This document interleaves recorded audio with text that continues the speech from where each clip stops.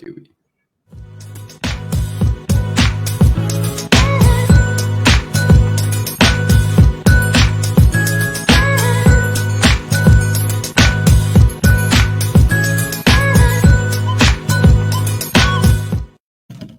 All right. Once again, back here on the 5280 Basketball Insider. Joining me today is Santi Rico and Michale Squires. It's a pleasure to have you guys here again. And, go ahead, Santi. I'll let you take it. All right. Yeah. I mean, you might as well just toss it to me for the intro because every time you say Santi Rico, it just buries me. It's Santi Rico, and it's my pleasure to be back. Handsomest sports reporter on this side of the Rocky Mountains. I'll send it over to Michael. Almost Michale.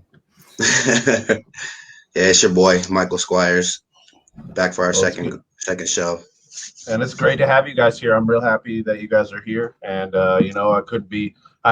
like I said last week, we had a great show, and we did our thing, and I'm happy to have you guys with me because without you guys, none of this would be possible. So, again, thank you guys for being here. And, let's just jump right into it, okay? So the first thing we're going to talk about, obviously we got the Jazz here tonight. That's the biggest and foremost, problem that we got. Obviously, the Jazz are on an 11-game winning streak, and it's up to this Denver team to get them to where they need to be so we can stop this, streaking Jazz team. And my first question to both of you is what have we seen in these previous games on this road trip that we just finished up and that could probably set the tone when we meet Utah tonight in the Pepsi Center? And what could we do positively to, set the tone in our favor? All right. I guess I'll go. The Jazz are a problem. They have inside defense. They have outside defense. Donovan Mitchell is a scoring machine. Michael Conley is a scoring machine. Who else do they have there? Joe Ingles. I mean, just like a ridiculous amount of outside shooting as well as post protection. So I think the biggest thing we have to do is lock down on the outside and make sure that Rudy Gobert is, boxed out on every shot that they take because he's going to be rebounding as hard as he can. And we got to keep him away from the board so that we can, get our offense in. Michael? Yeah. Everything he said. And on top of that, a major factor that this game's going to come down to is going to be high pick and roll defense. They really kill us with that. They don't really change it a lot, especially late down the stretch in games. If we don't defend it properly, we usually approach it two different ways. First way is we have Nikola Jokic sag off, which is the worst way to play it because he's in no man's land, and we usually see a lot of alley-oops to Rudy Gobert or uncontested threes. So what we need to do is hedge, where we have Jokic come out and make sure he puts a body on that point guard, make sure he's not running free, and then running back to the paint, make sure that our wing defenders are rotating properly. If we do that and make sure that they're taking contested layups versus uncontested three-pointers or uncontested dunks, alley-oops to the basket, then we might have a fighting chance winning tonight at home. I think it's today. I believe it's at 1:30. Yeah. And I agree with both of you guys. You guys made valid points. I think that as long as we can stick to the fundamentals of basketball, we play good defense, we get out in transition, and we make it happen, then really there's no reason that we shouldn't be able to hang with this Utah team. Now, the thing that we do have to take into account for is Donovan Mitchell. Obviously we've seen him go head-to-head with Jamal Murray in that 7-game series last year. We all remember it, And I guess the next question to both of you would be, how do we stop Donovan Mitchell? And if we can't stop him, how do we contain Donovan Mitchell? I'd say we really can't stop Donovan Mitchell. There's not anybody on this team that I think can guard Donovan Mitchell. He's so, tiny and agile, explosive as well. So he can shoot from outside and he can get to the rack in less than a second almost. The guy is so fast. I don't know how we can contain him necessarily, but we're just going to have to, as Michael said, watch the pick and rolls because he's going to be darting out of those. So the hard hedge is a good idea. You got to put a body on him and slow him down as much as you can rather than letting him build up his steam and find the play that he wants to make. But I don't see us effectively containing Donovan Mitchell. I think he's going to have a great night against us as he usually does. But I'm hoping that we can figure something out, that Malone draws something up. But other than that, I don't see nothing. I agree with Santi on that one. He's a scoring machine. He's every bit of a max contract player. He's hard to defend. He can shoot the three. He can finish at the basket. He has a mid-range. He shoots good high percentage free throws. So there's really no formula to stopping him. There's no stopping him. You can only hope to slow him down. I think we should start with Gary Harris on him. Just try to frustrate him as much as humanly possible. Just try to make every shot as difficult as possible. And it's really up to him. When he misses shots, it's pretty much just up to him missing shots. When he's on, nobody can really stop him.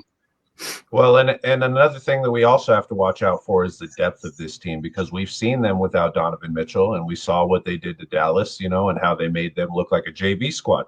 So one thing that we have to make sure that we're going to do in this game, in my opinion, is we have to, like I said earlier, set the tone. If we don't set the tone early in this game and we let the Utah Jazz come into our building and run the ball, get out and do their thing, then that's a recipe for disaster in my eyes. And I think that if we have any chance of winning this, then that can't happen. So really, what kind of coaching decisions do you think Malone's going to make to, better suit this team? Like, what is the first thing that you think he thought of whenever he was, sitting down to look at the film and, make his adjustments for this game specifically? I think he should switch the starting lineup.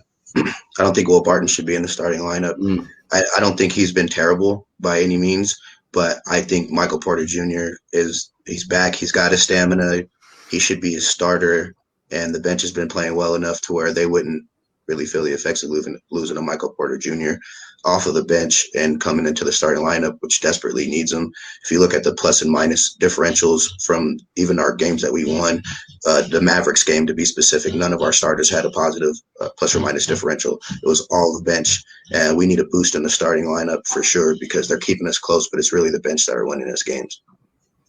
Yeah. Michael has a point, most definitely. I don't think Will Barton should be starting. MPJ has proven that he is an effective member of the team. He deserves a start, in my opinion.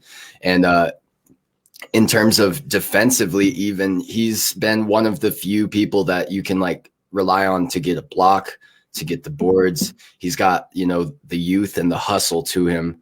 And I think he'll be really important to at least keeping us up there, head to head, neck and neck with the Jazz during the game, because Barton, I don't see what he can do to, get us the points that Michael could do. I think one of the biggest drawbacks, though, also with starting Michael Porter Jr. is those ridiculous fouls he's been getting around the 3-point line when people are shooting, not giving them the landing space or hitting them in the arm while they're shooting. And they have a lot of shooters. So if he can rein that in and not just, if he learns how to close out and contest shots properly, then he won't even be a liability as a starter at all. Yeah. So it's safe to say for both you gentlemen that you guys think that MPJ is a solidified starter in this NBA then, right? Yes.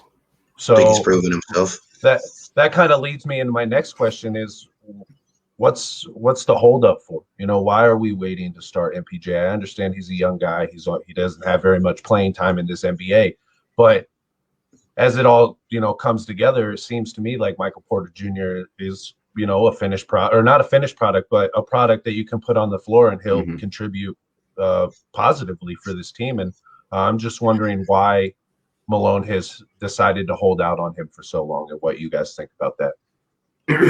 Okay.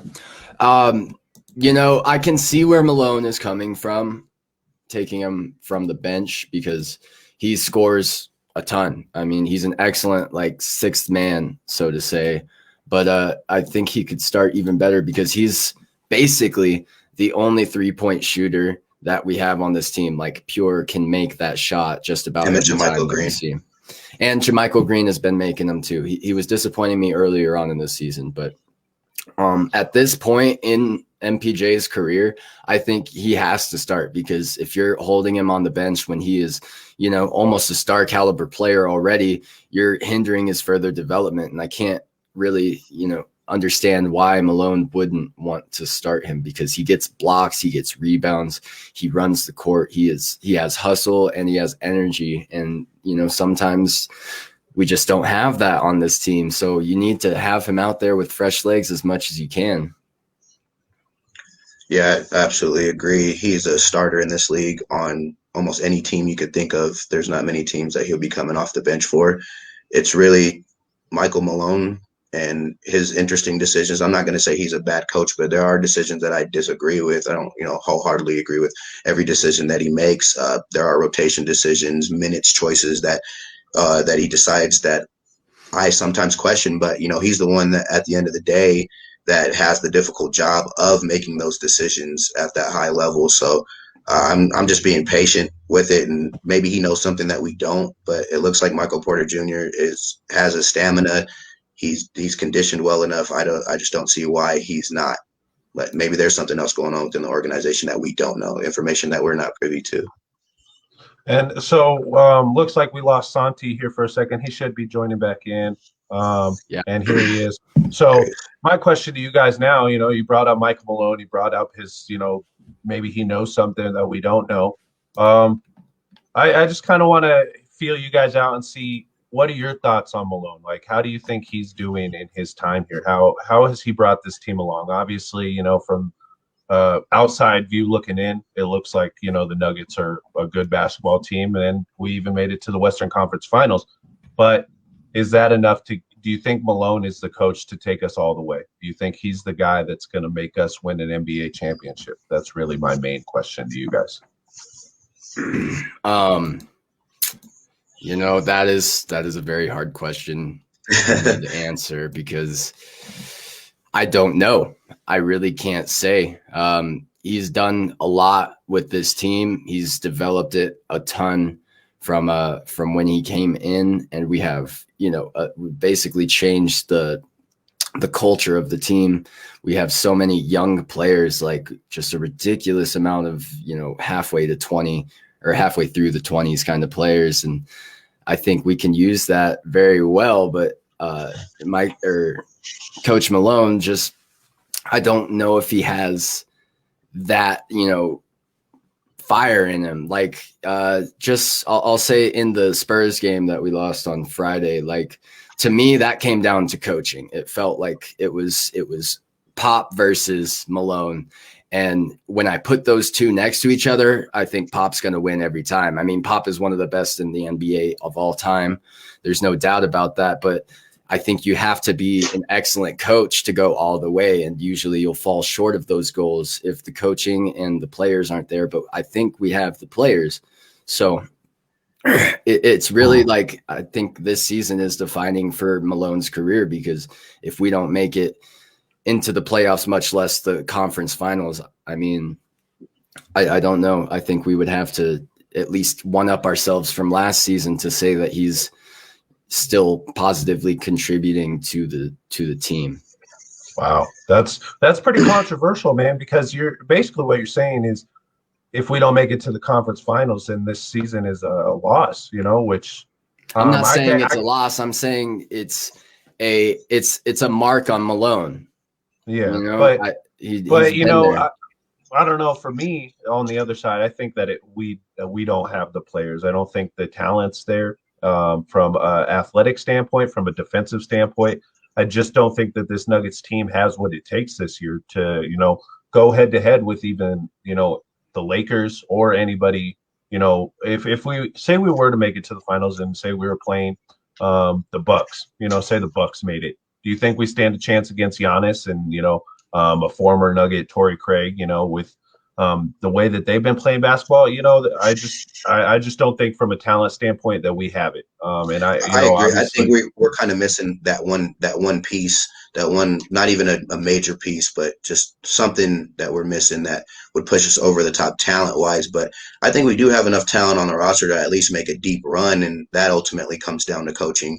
And if you look at Coach Malone on paper, he has made us improve, but there are just little nuances of the game that kind of blow my mind in a sense, because like when we're up by like 20, we'll let off the gas. I feel like he really doesn't have a killer mentality.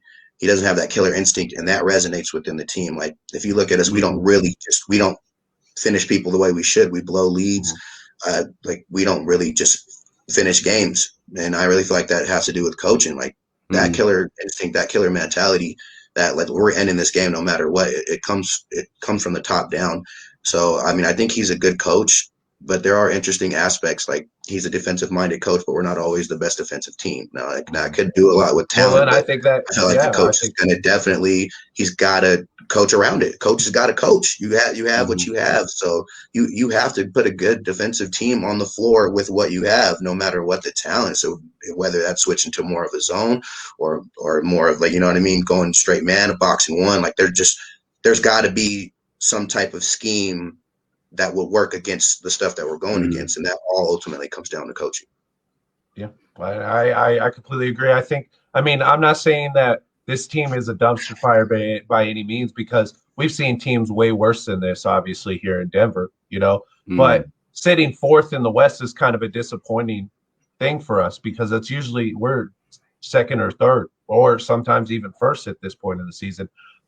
Matter of fact, I just saw something pop up on my Facebook memories. 2 years ago, we started off 35-15 at this time of the year. So we just have to kind of, it's a different NBA right now. And I think that if the Nuggets can hone in and, focus on what they need to improve and gradually get better, and by the time the regular season comes to an end, then we shouldn't have a problem, man. We really should be a well-rounded basketball team, and we could make a run for it. I just don't think that unless we go out before the trade deadline and find someone that is going to, add that extra oomph, I guess you could say, to this team, then there's really not anything that I've seen so far that makes me believe that this is a championship caliber team. And, I'm not going to, say that anybody who doesn't think that is wrong, but I think at the end of the day, we have to really open up our perspective about this Denver Nuggets basketball team. So looks like we got Dylan coming in with a comment, and it says, we are 3-1. The Jazz. I'm sorry, I can't really. I think he's talking about the playoffs last year. Oh, okay. But yeah, I guess really, I just think that we have to do what we have to do, and if we can't find ways to play fundamental basketball, then this team's going to be in some big trouble. And obviously, our defensive effort hasn't been the way, or been something that we're proud of here in Denver right now. But what's one thing that you guys think that could change that, or whether it's a player, whether it's, coaching, or do you think that it's just the effort from our guys on the floor? Yeah, I'll say that it just doesn't look like we want it enough on the floor every night. It feels like once we get a comfortable lead, or I feel like, what was it? The Spurs game, we just gave up. You could tell in the body language. They were done as soon as they lost like 5 or 6 points in a row. And we need to focus, get into the game and make sure that we're not slipping on these leads and that we come back and win, because versus the Suns, I mean, we had to push one of those games to double overtime and another one to overtime. Like, we can clutch it up, we can do it, but you have to want it. And the issue is that they don't want it every night. They need to want it every night and fight for it, because I disagree. I think we have the talent, and most of this comes down to effort and mentality, because these guys can all play. They're all great. And, they just need to work harder, think about the scheme, and execute what Malone is telling them to do to the best of their abilities, because a lot of the time it looks like they just forget what they were supposed to be doing and go to the pick and roll, or just do the offense based off of offense, where we need to be calculated and make sure that we're focusing on the plan rather than just how the game is progressing. I think in that Spurs game, if you look at it, they fought really hard. The percentages were there. They shot better from three, defended the three decently. But what it came down to, I believe it was tied 95-95 at one point in the fourth quarter. They looked like they just got tired. I mean, the end of a 4 or 5 game road trip, a fourth quarter, they were grinding it out the whole game. I think they just ran out of steam personally, which I don't blame them. They did a hell of a job on that road trip, and they've been playing some really good basketball. And I was trying to look at the numbers of where did we just get blown out? Like, we just got out efforted, like to adjust to what you were It saying. wasn't the numbers in that game. Yeah, it really wasn't the numbers. Like we played a decent game. They went on the final run to close it out at the end of the game, and the effort's not going to be there if they're gassed. They don't have the legs for it. There's not really much that they're going to be able to do at that point. They fought about as hard as they could to get back into that game, and then just the well-coached Spurs team at home. They had young stars going off. DeMar DeRozan put 30. Was it John, whatever his name is, Murray, DeJounte Murray, he was going off. Keldon Johnson was going off. And like they were just hitting timely shots, and just they looked like they had fresher legs than we did towards that last stretch of the game. Yeah, no, and everything you both are hitting it nail on the head. So another interesting comment, and I want to see what your guys' thoughts on this. Dylan comes in. Our defense hasn't been good because Barton messes up the flow of the starting rotation. Now, how do you guys feel about that statement right there? I could agree with that. His on-ball defense isn't really good. He does get a lot of chase down blocks, and he protects the rim slightly well for a guy who's kind of undersized, but his on-ball defense, he gets blown right by, and that puts the rest of the defense in a rotation situation where they're scrambling, and then people get confused, which honestly shouldn't be the end of the world for us. And that's another thing we need to improve on is our communication during rotations. If something breaks down, people need to know where to go. Yeah, I agree. Barton is not the best perimeter defender, and he's mostly playing small forward or some sort of combo guard. So he's guarding the people that are on the perimeter, and usually he's not doing a great job of that.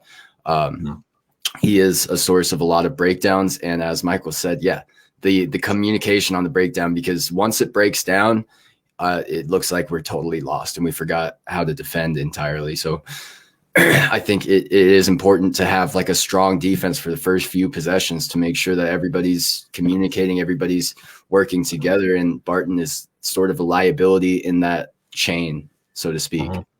Well, and we've talked about, replacing or effectively replacing Barton with MPJ. And do you think MPJ would be better at the things that you guys are mentioning? Or would he kind of, slow us down in that department?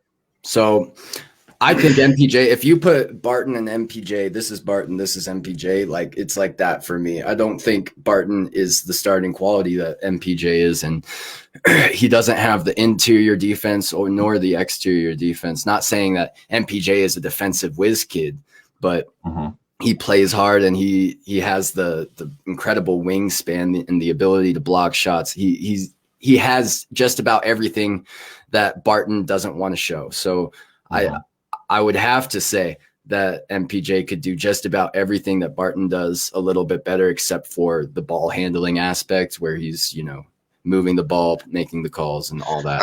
I would say Barton doesn't do one thing in particular better than Michael Porter Jr. He's not going to score more than him. He's not going to out-rebound him.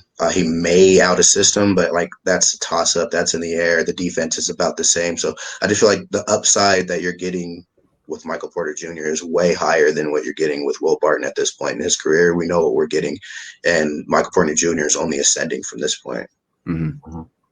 All right. Well, and now, we know it's I'm going to kind of switch the tone here to a different position. I want to talk about it real quick because it's kind of been bugging me since this happened. So after the game on obviously we lost to San Antonio. So after the game, Jamal Murray was asked if he was okay because of the injuries he's been battling. And he came out and basically displayed a laundry list of all the things he's going through, said he could barely walk, said his hip was hurting, his shoulder was hurting, had the bruised elbow. And my main question, and I really want you guys to get into this one because I'm fired up about it. Why is he still playing? Why are we not resting him and getting this dude healthy for the regular or for the postseason? I know it's early in the season, but why is he on the floor when Monte Morris is playing the way he's playing? Go, Michael. I am flabbergasted to say the least because I don't know if whoever read my article, go check it out if you haven't. But I've highlighted in there that we have enough talent on the bench to let him rest properly, and we'll probably still win a good amount of games while we're doing that. So it's beneficial for us in the long run as a whole because I don't think we'll suffer short term, and I think long term he'll come back and be that scoring presence that we need in the starting lineup, because let's face it, Millsap is inconsistent. If they continue to go with Barton, he's inconsistent. Gary Harris is inconsistent. So you're really only depending on Jokic and Murray in that starting lineup to put up points. So you need him. If that's the role he's going to be in, then he needs to be there at 100% to be able to put up 20, 30 points a night. I think he's averaging under 20 points a game. Like, that's not going to get it done. So until he is able to get back to 100% and put in his contribution and do his job as a scorer, because he's not known for his defensive prowess. So we need him to do what we gave him all that money to do. We need him to put up numbers. Yeah, and I mean, we talked about this last week. He needs to rest. There's no point in playing a guy that is obviously as injured as Jamal Murray is currently. He had a good week, I'll say that. He actually impressed me this week. He was shooting decently, and he was making a lot of the layups and making plays, but like, you can tell that he's tired and his body's starting to give out on him. When I saw him try to close out on it was Keldon. Oh, yeah. And he just landed on his hip. Like, I was worried for the man, he might have busted his hip. Like, he wants to give everything, and there's no doubt in that, but he needs to take a minute and recuperate, because he's gonna end up injuring himself. He almost did on Friday. He wants to go, but he just can't. And I know the feeling, man. I know the feeling that you want to give everything you want in a player. Like, I can't be mad at you for that, having that kind of passion, but and that kind of fire for the game. But it's like, that comes down to coaching. You got to tell them, all right, if you want to go, I don't care if you want to go. You're going to have to sit and be a good teammate from the bench. Yes, as a coach, you have to be able to tell a kid when he's going to be messing his own chances up, because you can want to give everything and still not get anything back, because you're doing it injured. You're doing it with something on your back. Like, you have to take a minute and, recuperate and then give it everything, because if you're giving it 50% and that's your everything, it's still not enough. Well, in the NBA, like the Kyries and the Kevin Durant's, they're going to rest. Everyone else, all these other stars, they're going to rest when they're not feeling 100%. Exactly. You got a little knee soreness, they're going to sit out a game. There's a back-to-back, they're not going to play that second game. Like, it's okay to do that, and I don't think he realizes that. Yeah. Well, and you took the words right out of my mouth, man. And, another thing that we have to think about is, why is Malone putting him in the game at all? If you know this dude, I mean, he openly admitted it. And I guarantee you we'll see him in the Jazz game tonight. I don't think he's even listed as questionable, which is crazy to me. The fact that you're sitting here staring at this dude in the face, and he's going maybe 85% max, and you want to put him out there for what? For a couple games, to win a couple games. I would be willing to drop a couple spots in the West as long as Jamal Murray's getting healthy, because when playoff times comes, that's when we're going to see real Jamal. That's when we're going to see 27 Blue Arrow come out and do what he does best, and that's play, But regardless, that all depends on if we get to the postseason and Jamal Murray is still a healthy asset to this team, because the way things are going, it looks like he's driving himself right into the ground. Yep. So a lot of question marks on what's going forward with Jamal Murray. I'm baffled. It just drives me crazy that someone can be so reckless with this team and, not have any kind of second thought about it. So let's switch over to Monte Morris. So I want to talk about him, because I like that dude a lot too. And I think that he would be an effective, step in for Jamal Murray in his absence. So I just really want to know what you guys think. What do you guys think about Monte Morris, and what do you think he could add to this Denver Nuggets team? Monte is the man. Mm-hmm. Monte is the man. He is the perfect man to step into the role that Jamal has.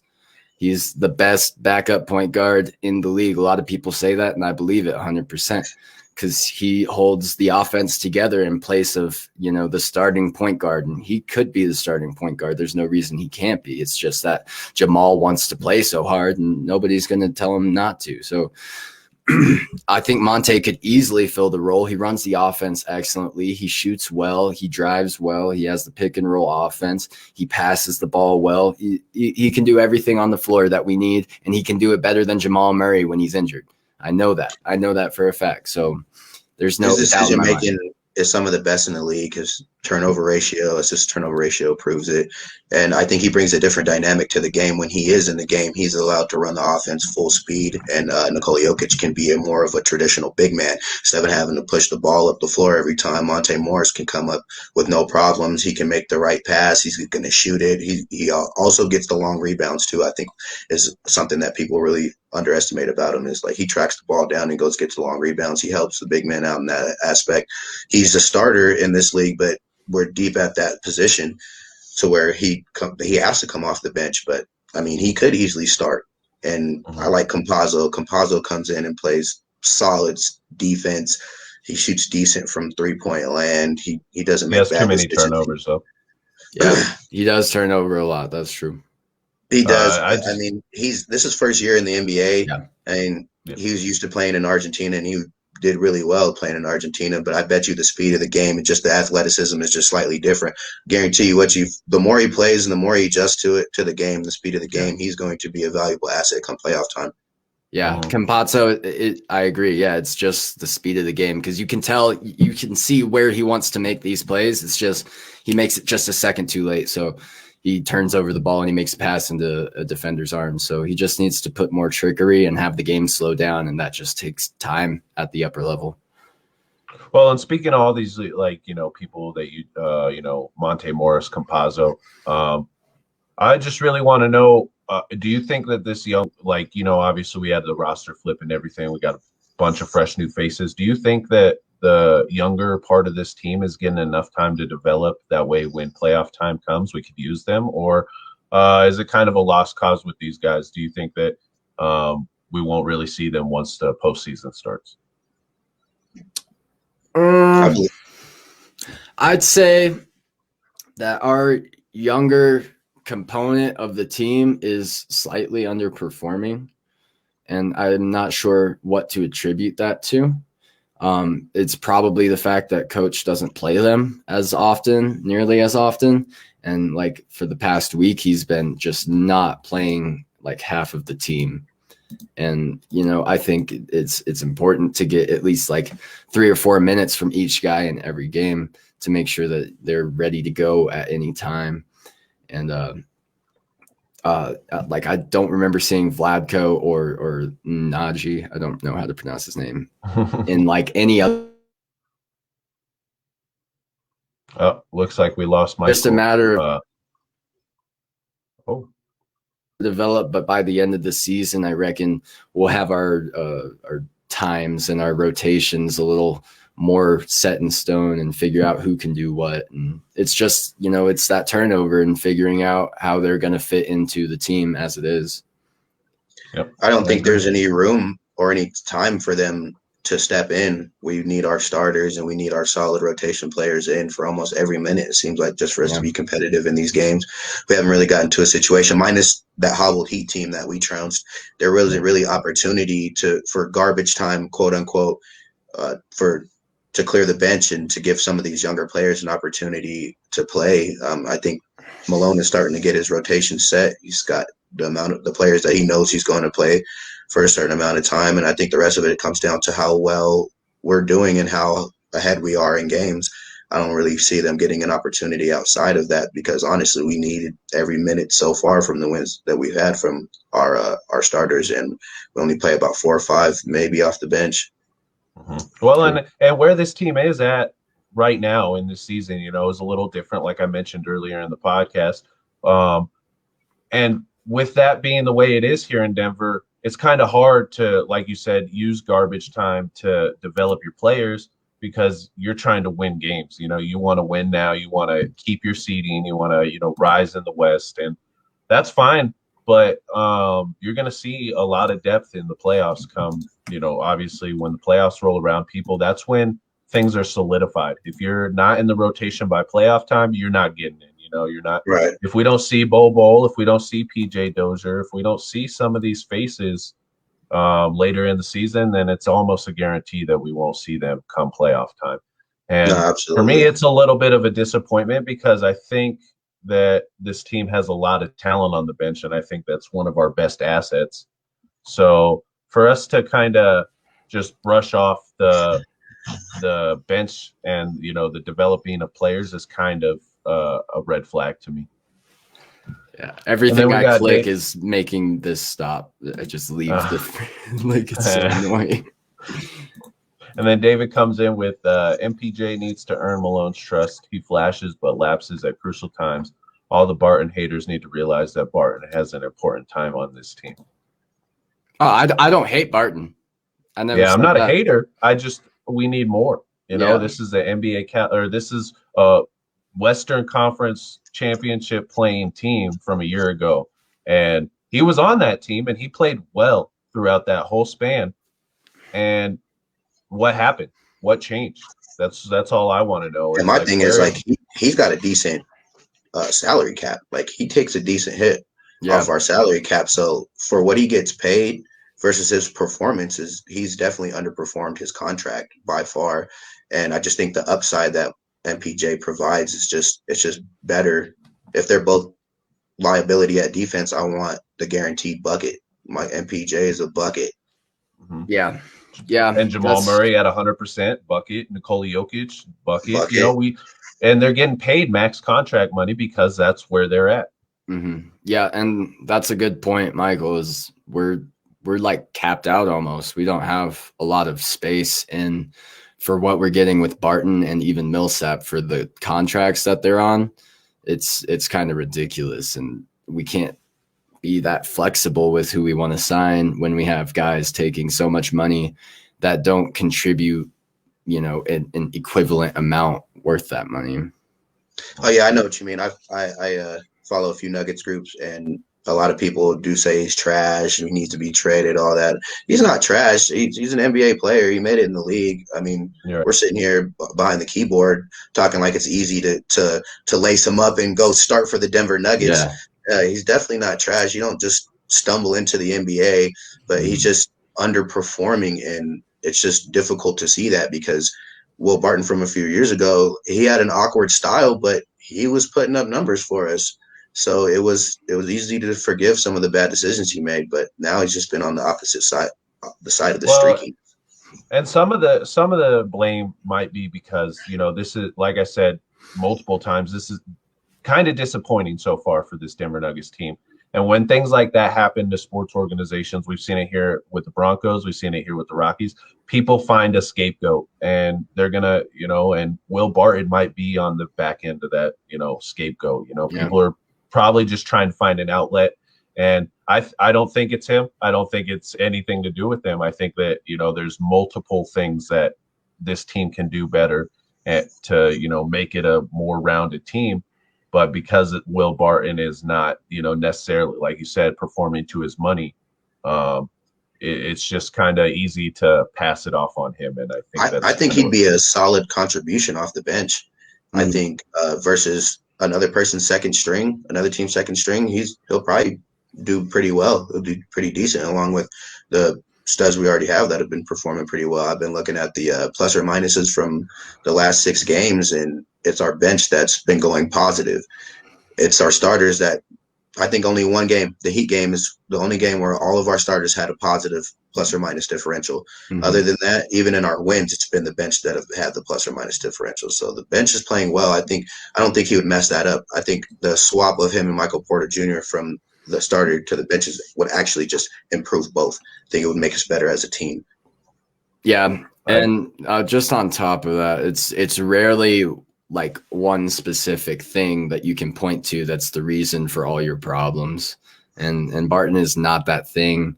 It's a combination of everything. So I just think Barton is underperforming. That's it. And nonetheless, the Nuggets still set at 4th in the West. We're not in a bad spot. Yeah, we're spoiled. Right. Exactly. We've been spoiled lately.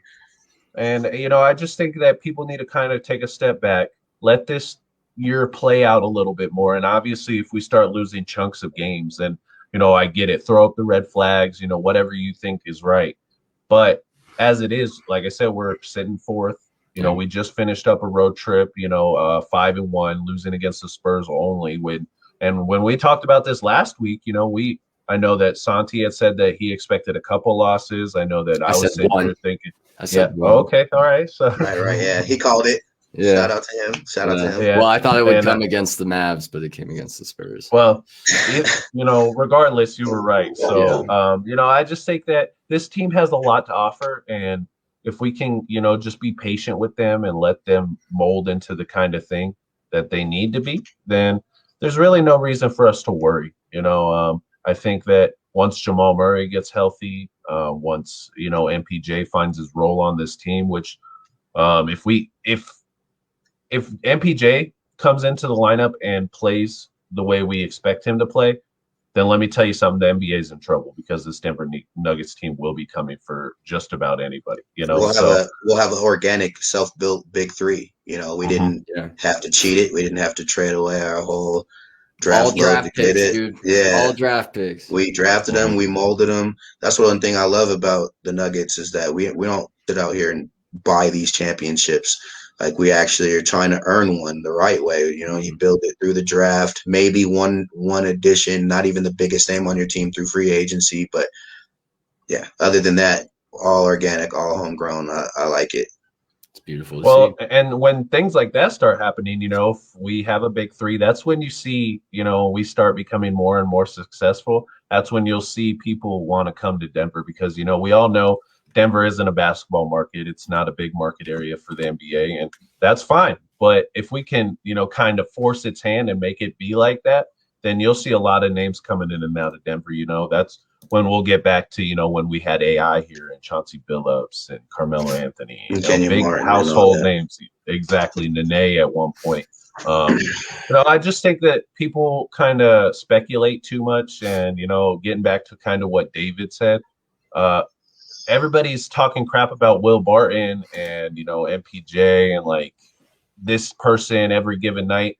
Just like I say, I think that it's too early. You guys, we're spoiled here in Denver. We want to be a winning team, but for you guys to sit here and put blame on everybody and anybody on the team, you're not being real to yourself. You're not being real to this organization, and I think there's no place for it. So, no, that's right. It's pretty unrealistic for sure, because we haven't even won championships. So for us to be so spoiled, it's just because of the progression that we've seen throughout the past years. And I think that's where the entitlement is kind of coming from, is that, like, all right, we've been kind of dominating the West, which is, well, not dominating, but we've been up there in the West, which is pretty loaded, pretty stacked with talent. Teams are pretty deep. So for us to be ascending over the past few years in the West, I think is where that's coming from. Yeah.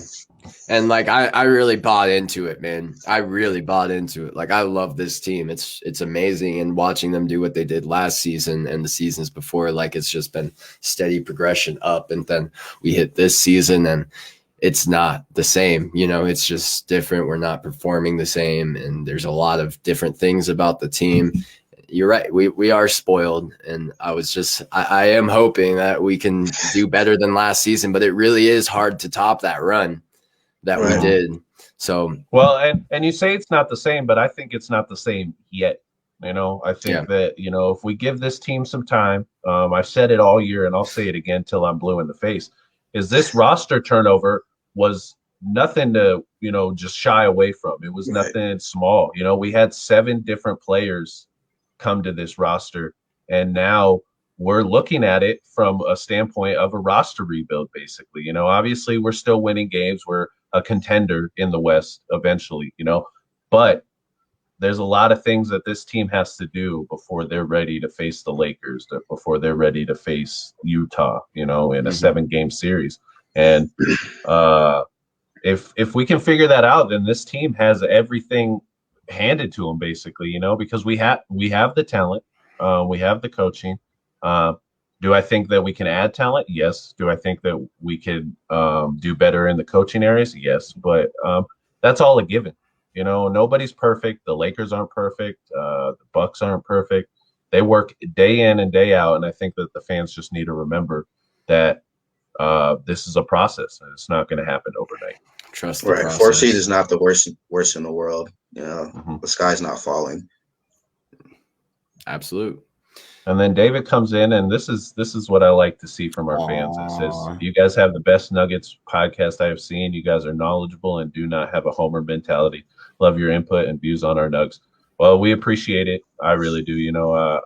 I try to put in the most effort I can with this thing because I love talking about the Nuggets and I love being here with you guys, and I don't want to take any of that for granted. So appreciate it, David.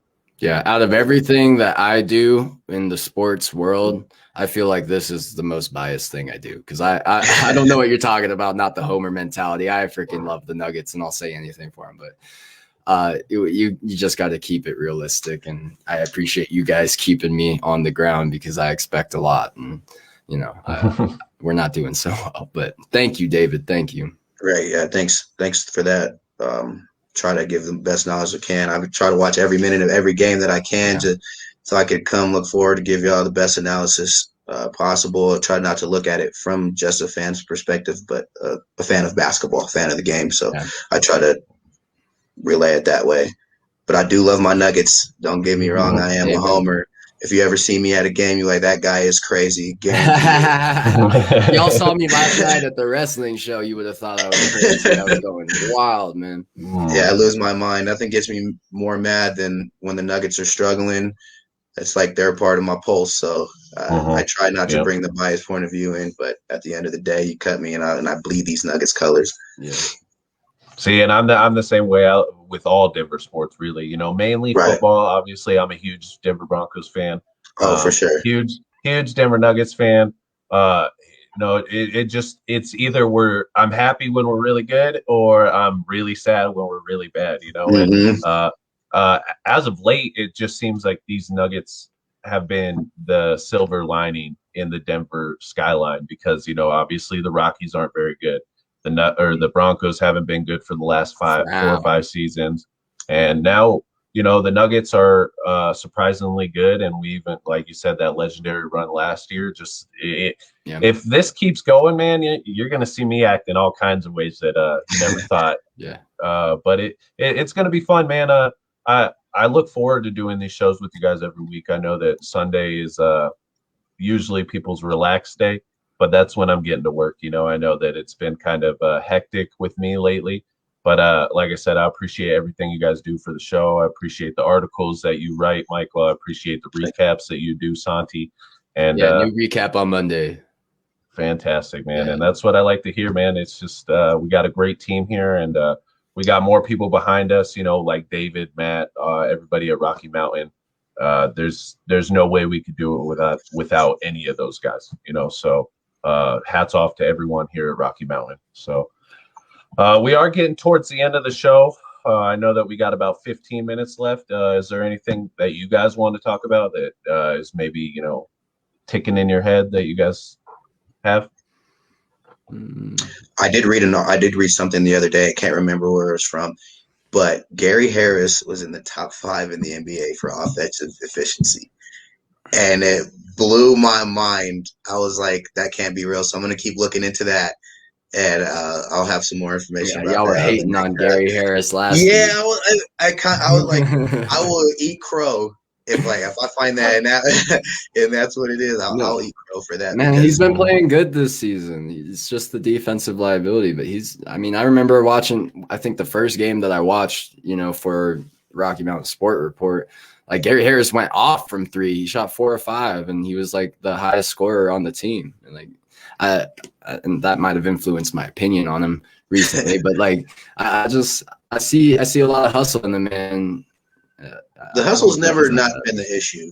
It's been the consistency, because I remember he used to be able to score the basketball at a higher rate, I wouldn't say more efficient, because he's obviously up there in efficiency. It's just just would score like 15 to 20. If we had that in the starting lineup on top of everything else we got going on, that would be such a healthy contribution on top of the perimeter defense, because we don't really have any perimeter defense. He's got to be our best perimeter defender. Yeah. So he's extremely valuable, but we do need kind of that one more lockdown defender, who's going to guard KD type player. Yeah, for real. It was Jeremy Grant, and I know I keep saying that too, but I really miss that guy here in Denver. I think he was a big part of our success last year. And like you said, if we can fill the shoes that we that went away, then I think we'll be all right, because I think Gary Harris is a good player. I think he's been a lot for us. He's done a lot for us, and I think it's kind of another one of those situations where our defense isn't playing very well as a whole.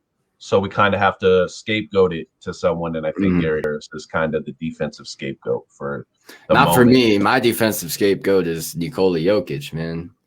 I mean, Yeah, let's people in his paint too much. He is a cookie monster, but like he still lets them get their shots up, man. He still lets them get their shots up. You can't steal the ball every time. Like the Spurs, he had looked like he got a block, and I think it was Keldon Johnson just muscled through it. Like, yeah, exactly. Yeah, I see what you mean there. Body on that man. Like Michael Porter Jr., he got a couple of blocks in that Spurs game, I think.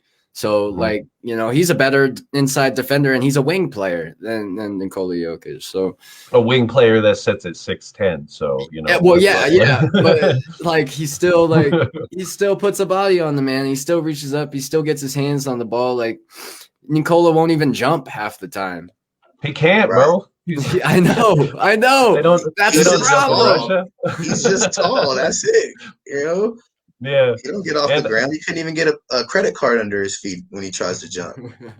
I kind of want to backtrack too. You guys were talking about Nikola Jokic earlier, or 3-point shooters on this team, and you guys forgot to mention the Joker. You know, like I just he's inconsistent. Shoot threes. Yeah, he's incredibly inconsistent. If his legs aren't under him, it's always short. Like something about that can shoot threes. Yeah, it's something about that high arcing shot that just it doesn't work right. I mean, he's excellent from inside the three. Don't get me wrong there. Like that, if he shoots inside the line, I'm almost certain that it's going to go in because he has that touch. He has the soft touch to the hard touch. But from outside the three, like if he's tired, there's a lot of variability in that shot, and he needs to really get it down because he's clutch with his threes. So no, he hits them. I'm not saying he doesn't. When we need a bucket, he'll go hit a three. You know, he'll go put up 5 in a row for us real quick. Yeah. Well, and I've seen it a couple different times on this road trip that we just finished up, where we get into a situation where the other team calls a timeout because the Nuggets are gaining momentum, and then Nikola Jokic comes out on the floor and they draw up a play to get him an open 3-pointer, and he'll hit that right out of the timeout. And I've seen him do it multiple times. Yeah. And that's I agree with you guys. He is very inconsistent with his 3-point shot. But those kind of shots coming out of timeouts or, after breaks and stuff like that. With them. Yeah. That kind of stuff, that's what swings momentum in the NBA. And if you can when it hits, it splashes. When he's wet, it's wet. You hear it, man. But when it's off, it clanks up, long, ugly rebounds. And I've even seen him, find his stroke, hit 3-4 in a row, but then you'll go minutes without him even. Yeah, that Spurs game was scary for me because the whole first half, I think he tried 5 or 6 shots from 3 and he didn't make a single one, but then he found the bottom really quick in the second. So it's a matter of hitting those shots every time. And you gotta trust him. And every time I see him throw up that shot from outside, I'm praying just about for everybody except for Michael Porter Jr. I'm glad he does pull him though, because it spaces the floor better. Yeah, when he's really just only head fakes and he doesn't pull it, then they go and run him off the 3-point line. They don't respect it at all. So I'm glad that he takes the shot because then he forces teams to respect that shot, spaces the floor, more pull centers out, better chance for offensive rebounds, cutters, all that thing. So, I mean, when he takes them, it definitely runs. Our scheme gets better for it. Yeah, absolutely. Well, gentlemen, it looks like we done talked ourselves dry. So, unless there's anything else that you guys need to talk about that you guys want to get here, I'll propose this. When does Bull become our 6th man? When does he do it? Whenever he shows that he can do something, he can do it. He can do it. He just never plays. But whenever he gets time, he looks the most lost on defense when he's in the game. You're only really hoping that he shoots threes. I'm like, and if that's all you want from your 7-footer, I'm not too excited for it. But at the very same time, he is talented. If we can get him on the floor and get that wingspan on there and actually get him into some type of defensive mentality, then he could be an asset. But that's a lot of ifs. He needs a lot of work, a lot more than I thought. Give that man some weight. Give him some hamburgers and stuff. But all right, I will forever stand Bull. I'm never, ever going to give up on the man because he is going to be the best center in the league after Jokic. I know it. Yep. I know Well, it's deep in the heart. you might have to wait a couple years for that to happen. Oh, I'll gladly wait. I just want to see him, play some more because he barely plays. I truly don't think we'll see him this season. He's one of got those his players. shots, I believe, early in the season. They played him, and he just looked atrocious. I know. Oh my gosh, he looked good last year. He looked lost playing against KD, man. Why did they put him on? That was I don't know. I don't know. They just wanted. Sometimes Malone he just wakes up. Well, and that's another one of those coaching decisions. You're setting him up for failure at that point. You're going to put him against the most prolific scorer in the NBA and expect him to play well. Yeah, you want to talk about shot to your confidence? Like, I'm sure he hit up. He's 7 foot hiding behind somebody at the end of the bench. Mm-hmm. But on the other side, if you think about it a little bit, I could see why Malone would do something like that too. The size matchup looks right. Yeah. Well, and maybe he was just trying to get it out of the way. Ease his nerves a little bit. He played the best guy or one of the best guys in the league, and now he doesn't have to do it anymore. Obviously it's not his cup of tea right now. Yeah. But one day, put him in run zone, man. Leave him in the paint. Yeah, that's true. I mean, that would be a good fit for Bobo. I think that's where he's going to excel, is in that 2-3 zone that we see sometimes here. So it just depends. I think he will be an asset one day, but I think we're going to have to wait at least a year. You got to get that untapped potential, man. Man, the way he's genetics, man, he ain't gonna put no muscle mass on. That's it, man. That's about it. He's done. He's done. Right. That's like asking Nikola Jokic to jump. You can't do it. That's it. It doesn't work. I believe in him. I believe in him. And Bobo, I did. Last year, he looked a little more consistent. Like he looked awesome last year. That contract, I was happy for us. I was like, cool. He got a real contract, and we're gonna see some more of them this season. And we put him in, and the expectations were just too high, I think, on my end. Like, I expected for him to just come out and just dominate. But you put him in space, he doesn't have the lateral quickness. He doesn't really move that good. The spot-up three-point shooter and maybe a rim protector if you can keep him down there. But you put him in space, he's on skates out there. True.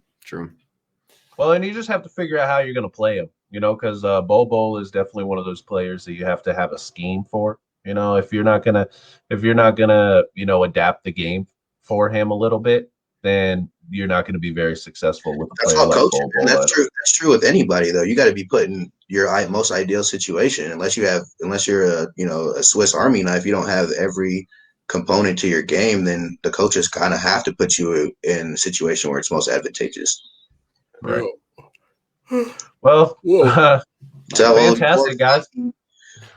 Well, it looks like Santi's getting a little bored, so maybe it's time to get out of here. I'm not bored. I just it's early. I'm just playing. But on a serious note, it's been another great show. We've been here for 57 minutes now. You guys have, more than given enough information and input on your opinions and stuff like that, and just a lot of great knowledge. And just as a reminder, this live stream will be available also on Spotify, iTunes, all that good stuff. So if you guys can't watch the live stream, it'll definitely be on all those outlets, and you guys can go and just listen to it as a podcast. And that's generally what I do. I like to listen to the show, see if there's any ways we can improve. But like I said, our last video got it got just about 500 views. And, if we can just keep growing that number, man, then this is rock star mentality right here. So right on.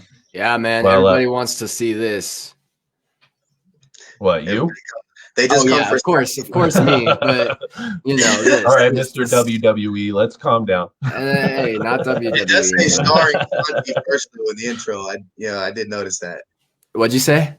It does say starring Santi. Your starring, first. Yes. Wow. There we go. That's how it's supposed to say. Hey, I was just trying to be humble a little bit, you guys in the spotlight. I didn't want to put my real name talent first,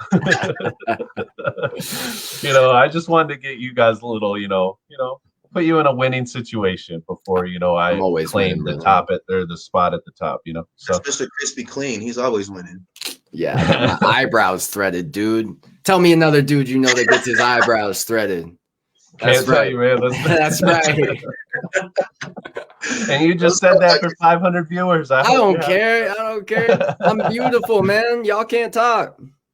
Let's go Nuggets. All right, guys. Well, at this time, I'm going to have to jump on out of here. It was a great show doing this with y'all. I appreciate you guys for everything you do here. And as for me, I'm going to say peace, and I'm going to let y'all exit the way you want. All right. Till next time, Nuggeteers. Bless up. Y'all take it easy, man. Skrrr.